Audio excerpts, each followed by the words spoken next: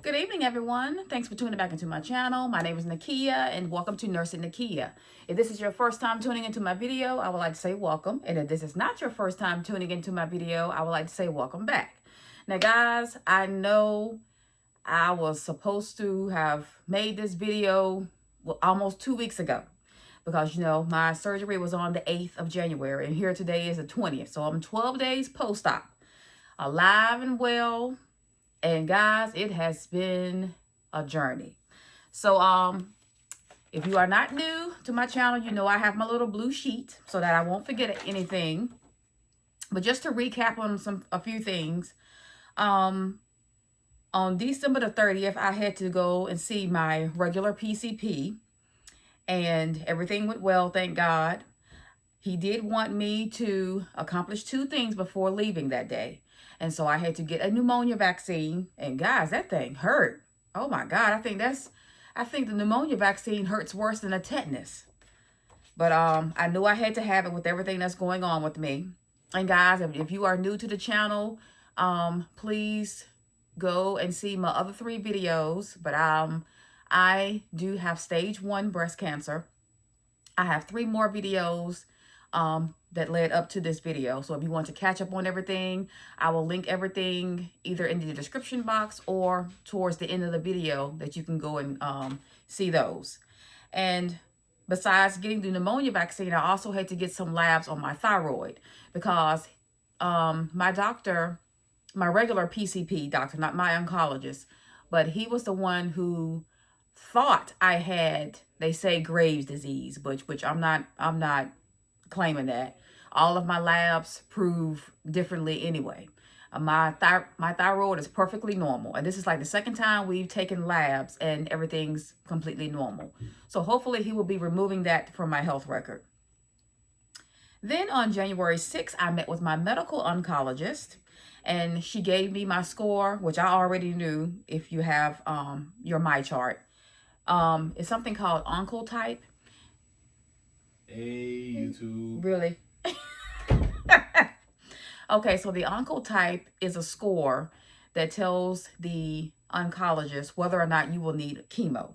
My score was 21, which is a great score, but she likes the numbers to be 15 or under. So I will need chemo, but it's not where she will have to pull out the big guns. So it'll be an intermediate one. And guys, I don't know what all this will, consume of, but I will keep you guys in a loop. We are planning to go ahead and start chemo probably, I would say, if not next week, probably the beginning of February, because when I saw her on the 6th, she was ready to do it then. But, I don't want to go to an appointment by myself. I'd rather my husband be with me or, someone close in the family to be with me when I go through it. So, she did mention, I think, that the chemo will be, I know it's 3 times a week. Ugh. And I think it's for a total of 6 weeks. I may be mistaken, but if there is any changes, I will come back and let you know.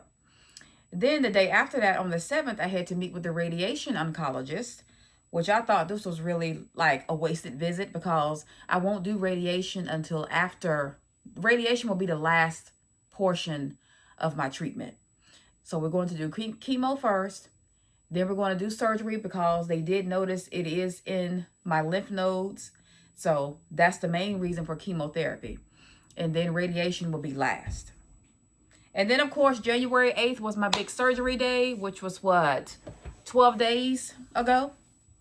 So, guys, I tell you, I was so nervous the day of surgery. And this is like the biggest chunk of this video. So I had to arrive at the hospital at 10 o'clock that morning, but the surgery didn't start until 12. Let me tell you what happened. Got to the hospital. My silly self, I guess my nerves was all over the place. I didn't go in the correct entrance of the hospital that we should have. My husband said he knew his way around the hospital because, things that were going on with his dad when his dad was living. And so, okay, I took his word. So I'm looking like, wait a minute, I don't think this is where we're supposed to be. So anyway, I got to the surgical part to check in and everything. She saw my name on the docket, so I thought I was in the right place. Come to find out, I'm waiting and waiting and waiting. An hour has passed. So I looked at my phone and I had missed a phone call from the opposite end of the hospital. They had been overhead paging me and everything. And so we got up, checked with the lady at the front desk to let her know that we were in the wrong area of the hospital. And so she told us where to go. Meanwhile, my mind was just, I'm up to here, y'all. I'm heated, you know. But thankfully, we got to the correct part of the hospital, and you know, I checked in with them, which I was already checked in. But time I sat down, it wasn't even 3-4 minutes. The lady from the back came and got me. Got back there, I had to take a pregnancy test. Of course, that's standard protocol before you have any kind of surgery, which I knew I wasn't pregnant. Lord knows, that would have been a disaster. But everything came back negative. So I got back to the room, and I had to take off everything and scrub down with the chlorophyll cloths. They were so warm. They were smelling so good. And I had to scrub from head to toe with those, you know, just to get an extra cleansing. Because mind you, they had already given me 2 soap packs of the surgical soap. So I had to clean with that the night before and the morning of the surgery. So after I finished cleansing with the chlorophyll cloths, or was it chlorhexidine? Lord. Anyway, if you're in the nursing field, you know what I'm talking about. They're in the purple and white pack, and they're soapy, so you can clean everything off. Anyway, so got into bed. She went on ahead and started my IV. Oh God, IV in the hand. Oh, I just hate doing anything with my hands. And you probably still can see, well, it's cleared up, but it was in both hands. Yeah, you can still see the little bruising right here. But anyway, the nurse was awesome. She did have to numb me up a little bit because I told her this was my first time ever having surgery, and this is my first time ever getting an IV in my hand. Because normally, you know, they go in my arm, but she had the blood pressure cuff on this arm, so it was blocking that. And so I was kind of skeptical because, you know, my breast cancer is on my right side, my right breast, so I don't want anything over here. But anyway, so she got the IV started over here, and so, you know, she was just talking to me about the surgery and all of that. And then my care team, like I've mentioned before, my care team is just superb, just awesome. They explain everything to a T. They let you know what's going to happen. But the part that really, really, really freaked me out was when they told me that they have to put something down my throat, you know, just to keep the airway open. And I knew it, but I guess I didn't let that sink in. And that really freaked me out. I was like, oh, Lord. So I started crying, and my husband was like, what's wrong? I said, you know, just the part that she got to put that thing down my throat. He was like, yeah. He said, that's normal. I mean, you know, because, you know, guys, this is my very first major surgery ever. You know, I had both of my kids, you know, naturally. So wasn't any kind of surgeries done there. But this is a heavy duty surgery for any woman.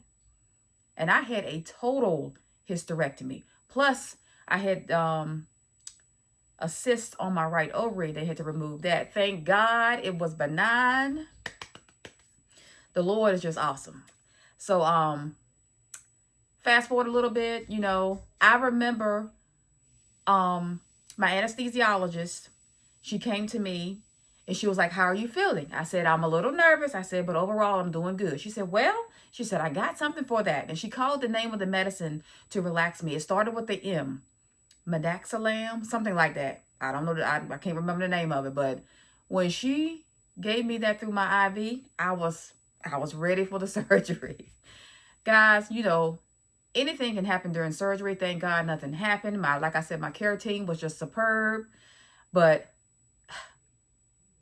if you don't know God, or if you're not a praying person, anytime you have a major surgery like I did, you will know. And if you don't know how to pray, you will learn how to pray. Because I tell you, prayers work.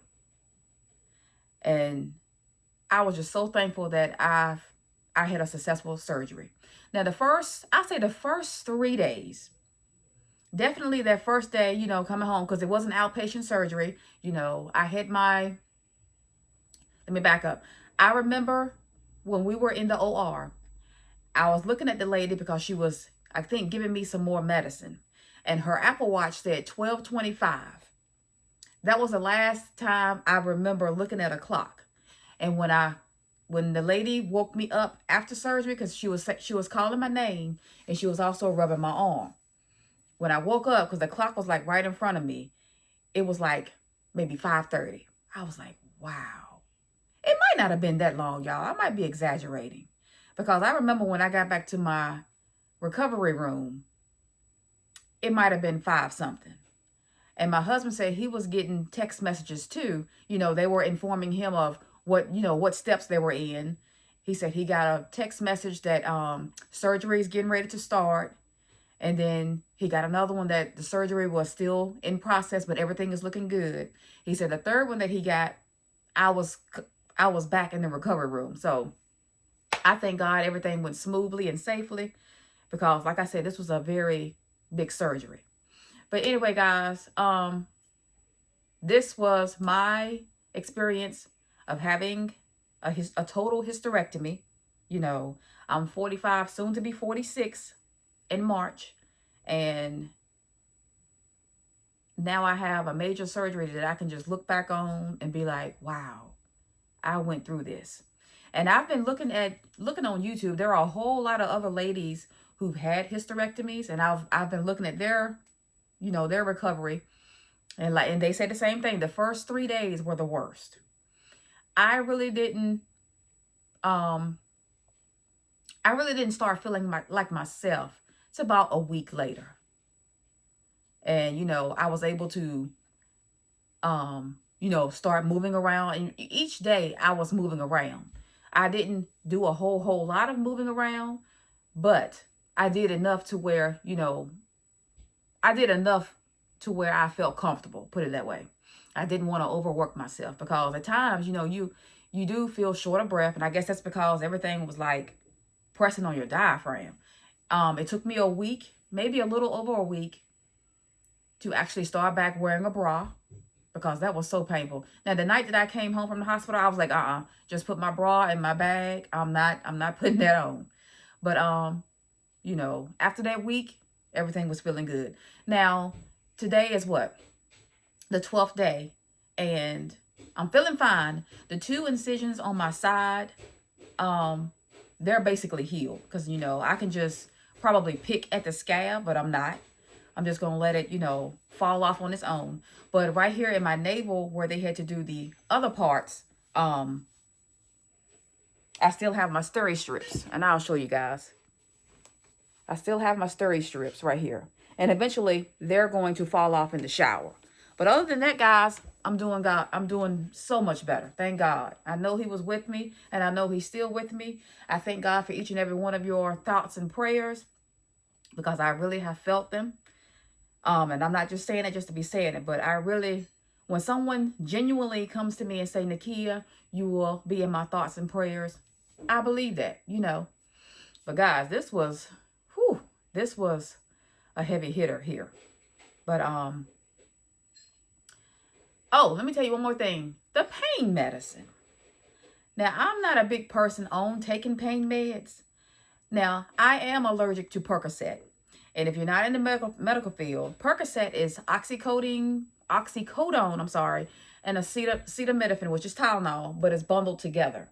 I'm allergic to that. And when I say allergic, I'm not like, like my throat will close up or anything like that. It's just, it makes me feel jittery. And I don't like to feel like that. So they just gave me like 14 pills of oxycodone alone, and which I still have it. And guys, when I tell you I only took 2 of those, and it still made me feel like this, I said, So I was just strictly taking my Tylenol. I was just taking 2 500 milligrams, and I was fine. So I was determined not to, depend on that. I said, I'll just take my regular Tylenol and go with the flow and just rest. That's the key to any heavy surgery, is getting adequate rest. You know, I was at the point where I would get up in the morning, you know, do my regular routine, you know, with my hygiene and, you know, washing up and stuff like that. I couldn't really take a shower till, oh gosh, maybe when I came home. It took me, because they tell you not to take a shower for your first 24 to 48 hours. So I was taking what we used to call back in the day bird baths. So I was doing that for the first 2 days. But after that, when I got in that shower, I would always get in the shower, but I would never lock the bathroom door, because just in case they hear me fall or something like that, someone can always rush in. And let me tell you, my family, my husband and both of my sons, because I got one son that doesn't stay here. But when I say my family really stepped in and stepped out, I'm just going to give my family bragging points right now, because without them, Lord, I don't know what I would have done. But my family, my immediate family here in this house, my cousins and stuff, oh God, my phone was just blowing up every day. How are you doing? How are you feeling? Do you need anything? I mean, even my work family, you know, I just thank God for everybody who has put my name on their prayer list each and every day. Now, this video is 16.5 minutes. I don't want to make it any longer. I just wanted to come on here and just give you guys an update. I know it's 12 days late, but hey, I wanted to come on here and be able to give you a great video. My next appointment is not until next Monday, which is the 27th. I have to go back to the cancer center and get another clip in my right breast. So that'll be Monday. And then Wednesday of next week, I go back to see my oncologist. And we're probably going to go ahead and actually get my chemo start date. So guys, I will be back next week to let you know what's what with that. And then I want to just, while I'm here, I don't go back to work until February 24th, guys. So I want to keep pumping out videos, whether it be nursing related or, you know, what's going on with me, or just some other things that I've got in store for you guys. So until then, be blessed and be safe.